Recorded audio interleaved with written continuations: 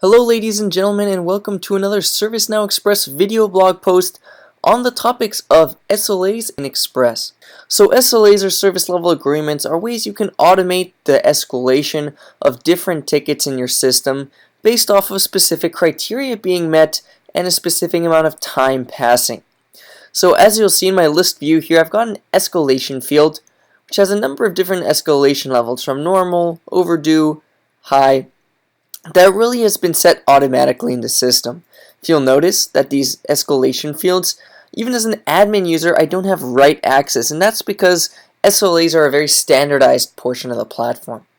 So how are these SLAs set up? What actually dictates if a ticket is in a normal escalation level or overdue? So let's take a look at that now.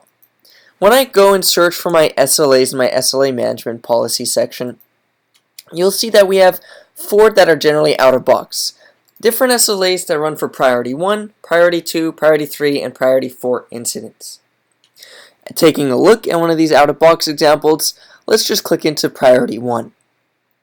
So in any SLA in ServiceNow, it's first defined on the table of which records these SLA runs on, the legal calendar at which this SLA can run. So the purpose of a calendar is, let's say your business doesn't offer a 24/7 support service. It's only business hours of 9 to 5. Well, this way, Monday through Friday, if a user submitted a ticket at 4:55 p.m. before the end of the day, it's not going to automatically escalate and be shown as overdue before your users get in the next morning, because it's only running on those legal hours then of 9 to 5 or Monday through Friday.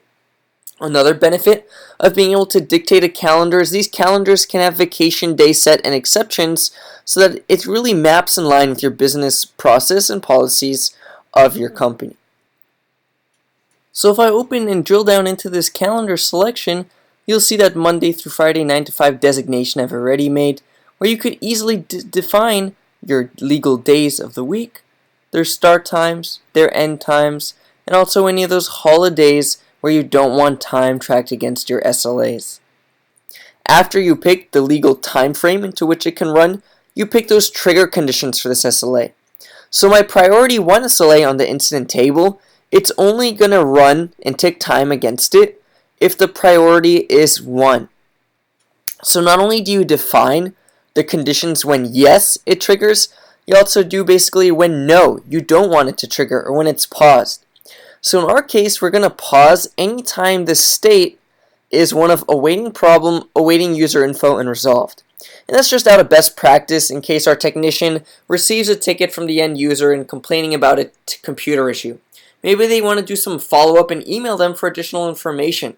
So they set the status of the ticket to awaiting user info, but this way it doesn't tick negatively against the help desk if they're just awaiting for a user response. Finally, you dictate your escalation intervals. So we can see these intervals going from moderate, high, to overdue per whatever time frame we're setting. So let's do a brand new example of this from start to finish. So I'm going to create a new SLA agreement here, and we're just going to call this Sample SLA for Software. What I'm going to do is I'm going to run on the incident table, but I'm only going to run this for software tickets. So after we set our incident table for the sample SLA software item, we're going to set our order number. So we want a lower order number to execute first. So I'm going to put order 10 here. I'm going to go down, not select any items for my calendar. I'll set it so that the category is software for the legal run conditions and no pause conditions. And I have an escalation interval set so that after 1 second, we're going to set the escalation level to high, and I could add a second one there if I wanted to, for going to moderate after another 8 hours after that, or better said, overdue. So really up to you on when you want these SLAs to run, when you want them to be paused, and in what actions to take.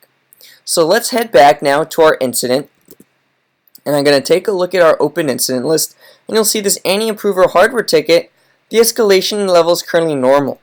But if I switch this to software now, what's going to happen is it's going to fall in line with the legal conditions for that new software SLA I set. So after 1 second, our escalation field should go to high. So what we notice, if I right click and refresh this list, my escalation level very well went to high.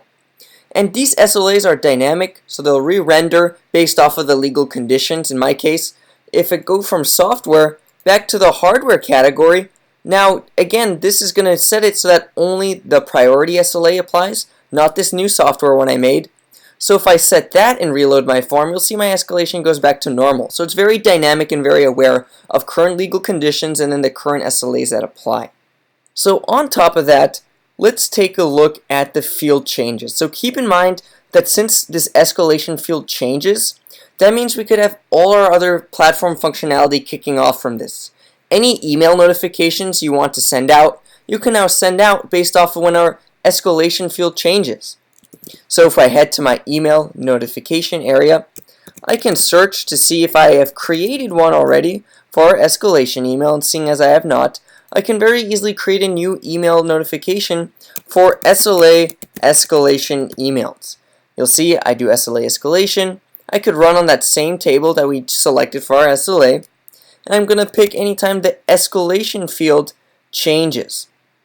So really easy to email out per when an SLA changes with whatever content you'd like to whoever you'd like to in the system. At the same time, we can utilize business rules in the system to do automatic auto assignments based off those SLAs. So maybe when our SLA goes to overdue, we want to assign a higher tier assignment group. That's absolutely something we could do in the system. That's just simply done through business rules. So I could make a new business rule that then keys off of this concept of our SLA. So we'll say this is our overdue reassignment to run. So although SLAs are their own portion of the platform, keep in mind that this goes hand in hand with other platform functionality.